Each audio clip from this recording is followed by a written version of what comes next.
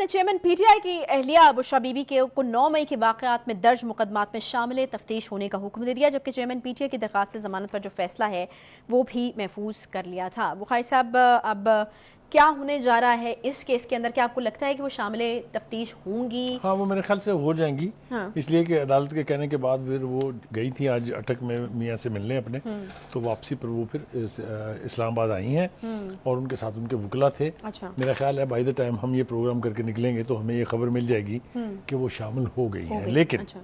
लेकिन having said that, मेरे ख्याल से अगर कोई जस्टिफिकेशन नहीं है इसकी, अगर कोई सबूत नहीं है इसका, तो मेरे ख्याल से घरों की ख़वातीन के ऊपर इस तरह की तोहमत लगाना या इस तरह के इल्ज़ाम लगाना मेरे ख्याल से कोई अच्छी रवायत नहीं है और इसको अवॉइड करना चाहिए। लेकिन चूंकि एक डायरी मिली है, अगर आपको याद हो, जिसकी बाज़गश्त आपने भी सुनी, मैंने भी, उसमें यह साबित करने की कोशिश की जा रही है कि खान साहब जो कुछ भी करते थे, जो फैसला करते थे, जो इक़दामात करते थे, वो मोहताज थे बीबी की मर्जी के।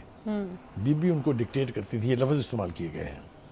और 9 मई के वाक़यात में भी उनकी हदायत का तस्करा उन सफ़हात पर है।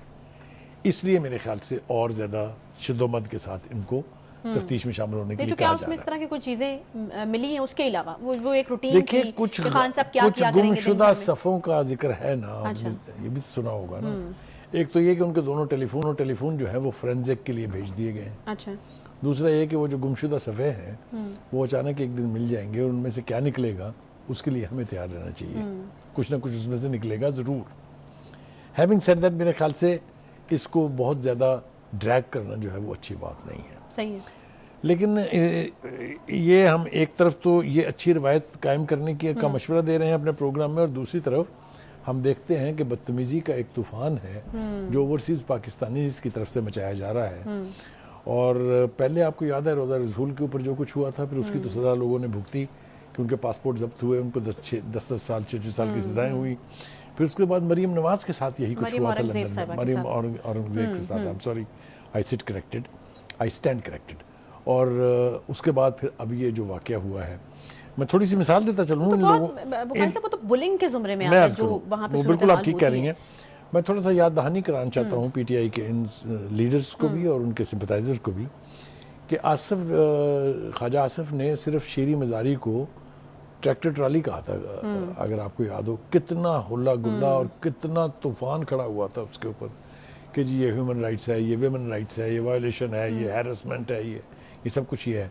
तो ये जो कुछ खुद कर रहे हैं, ये क्या कर रहे हैं, इसको किस जुमरे में डालेंगे? बिल्कुल आपके सियासी इख्तलाफात हो सकते हैं, लेकिन आप इस तरह ख़वातीन को, अपने मुल्क की ख़वातीन को सड़कों पर हिरासा करेंगे तो यकीनन आपके मुल्क के लिए कोई अच्छा नाम तो नहीं पैदा हो रहा। सबसे ज़्यादा काबिल एतराज़ बात है वो ये है कि जो फर्स्ट वर्ड बनती है, ये लंदन हो गया, अमेरिका हो गया, जितने भी हैं ये, और ह्यूमन राइट्स के इतने बड़े मामे हैं ये, वुमेन राइट्स के इतने बड़े, वुमेन एमेंसिपेशन के चैम्पियन हैं, वहाँ कोई कानून नहीं है।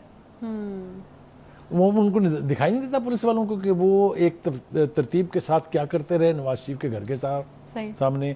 इन 2 ख़वातीन का तज़किरा हमने कर दिया है।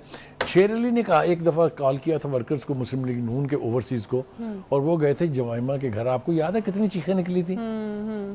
तो खुदा के वास्ते ये रवायत जो है ये पाकिस्तान की जिल्लत का बायस बन रही है। आप पाकिस्तान को जलील कर रहे हैं बाहर।